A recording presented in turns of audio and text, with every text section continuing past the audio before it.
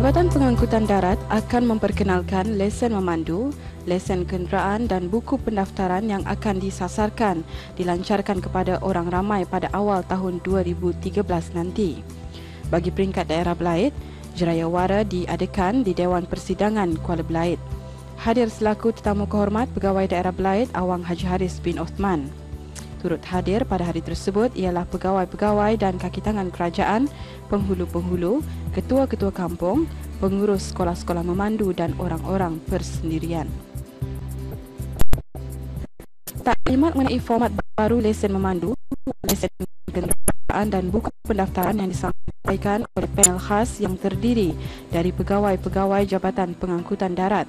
Awang Ali bin Haji Matusin dalam taklimat menjelaskan bahawa Jerayawara berkenaan dihasratkan untuk mengongsikan status pelaksanaan dan seterusnya untuk mendapatkan maklum balas serta sebelum ianya dilaksanakan secara terbuka kepada orang ramai.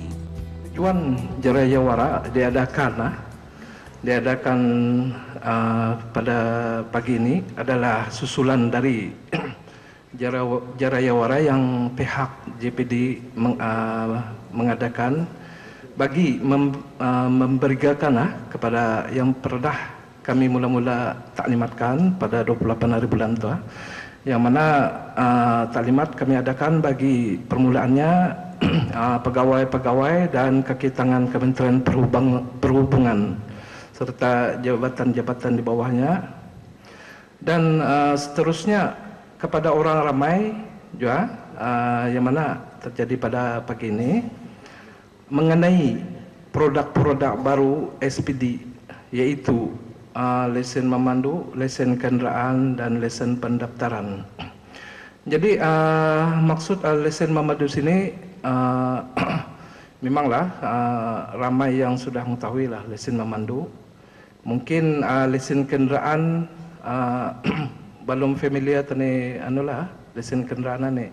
Lesen kenderaan ni adalah road tax nyata itu, yang mana di dalam akta namanya dipanggil sebagai lesen kenderaan bermotor. Dan juga produk baru ini kami tukar namanya, yang mana mula-mula tadi panggil itu Blue Card. Blue Card sudah pasti yang hadir ini mengetahui apa itu Blue Card. Oleh sebab perubahan reka bentuknya jenis buku, bukan lagi jenis kad, pihak JPD menamakannya sebagai buku pendaftaran kenderaan. Jadi yang kedua, tujuannya juga mengungsikan status pelaksanaan dan juga seterusnya mendapat apa jua input serta maklum balas secara terbuka. Pihak jabatan akan melihatlah apa reaksi sistem kami ini, sama ada ada yang perlu diperbaiki atau ditambah, dan kami membuat di kalangan jabatan kami itu ataupun kementerian kami adalah untuk terus memberi feedback sebelum kami memberi tahu arah orang ramai ini. Ini yang kami dulukan, inilah plan pelaksanaan kami Taklimat yang diadakan juga memberikan penerangan mengenai tujuan Jerayawara, latar belakang, plan pelaksanaan, keperluan utama dan produk-produk baru SPD. Menyentuh mengenai format baru ini, idea bagi mengadakan format baru berkenaan telah bermula sekitar hujung tahun 1990-an, iaitu semasa projek sistem Land Transport Information System yakni LATIS dilaksanakan dengan pembekalan alat-alat komputer dan produk SPD dibuat pada tahun 2006.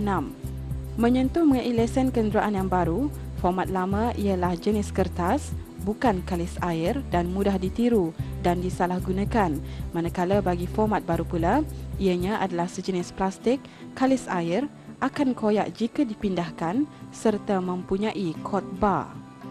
Kru Rampai Pagi berkesempatan untuk bersama dengan pengusaha sekolah memandu di daerah ini, Tuan Hakim bin Ibrahim. Sebagai salah seorang pengusaha sekolah memandu di daerah Belak ini, jadi ingin kita mengetahui apakah pendapat Tuan mengenai dengan adanya jerayawara pengenalan format baru lesen memandu, lesen kenderaan dan juga buku pendaftaran kenderaan yang diperkenalkan pada hari ini. Apa pendapat kita? Pendapat saya, alhamdulillah, nampaknya Jabatan Pengangkutan Darat Negara Brunei Darussalam telah membuat pembaharuan dalam aspek mengenai dengan format lesen memandu, road tax iaitu lesen kenderaan dan blue card. Jadi mengenai dengan perkara yang pertama, lesen memandu ini nampaknya pada masa akan datang tidak lagi berlaku pemalsuan.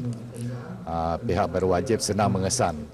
Begitu juga mengenai dengan lesen kenderaan iaitu road tax, tidak dapat dipalsukan juga dan tidak dapat dipindah-pindah daripada kereta yang benar-benar mempunyai sah road tax dipindah kepada kereta yang tidak ber-road tax.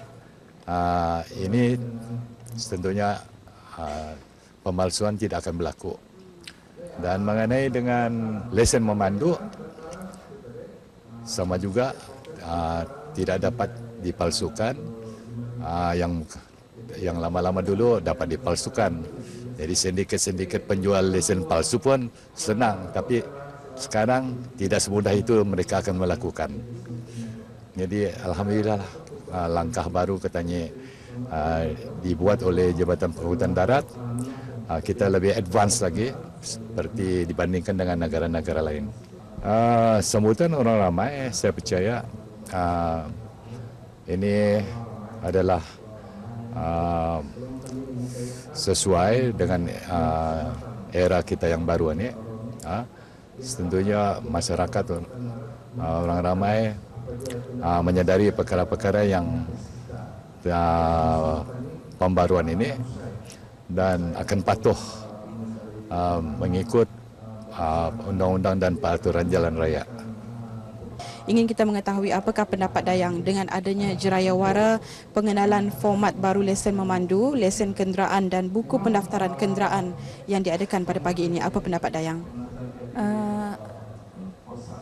Amat sesuai dan bagus untuk pengembangan dan kemajuan negara kita ni. Dengan adanya sistem baru ni, jadi orang ramai akan dapat menyesuaikan diri dengan sistem baru dan perkembangan baru yang yang dikenalkan.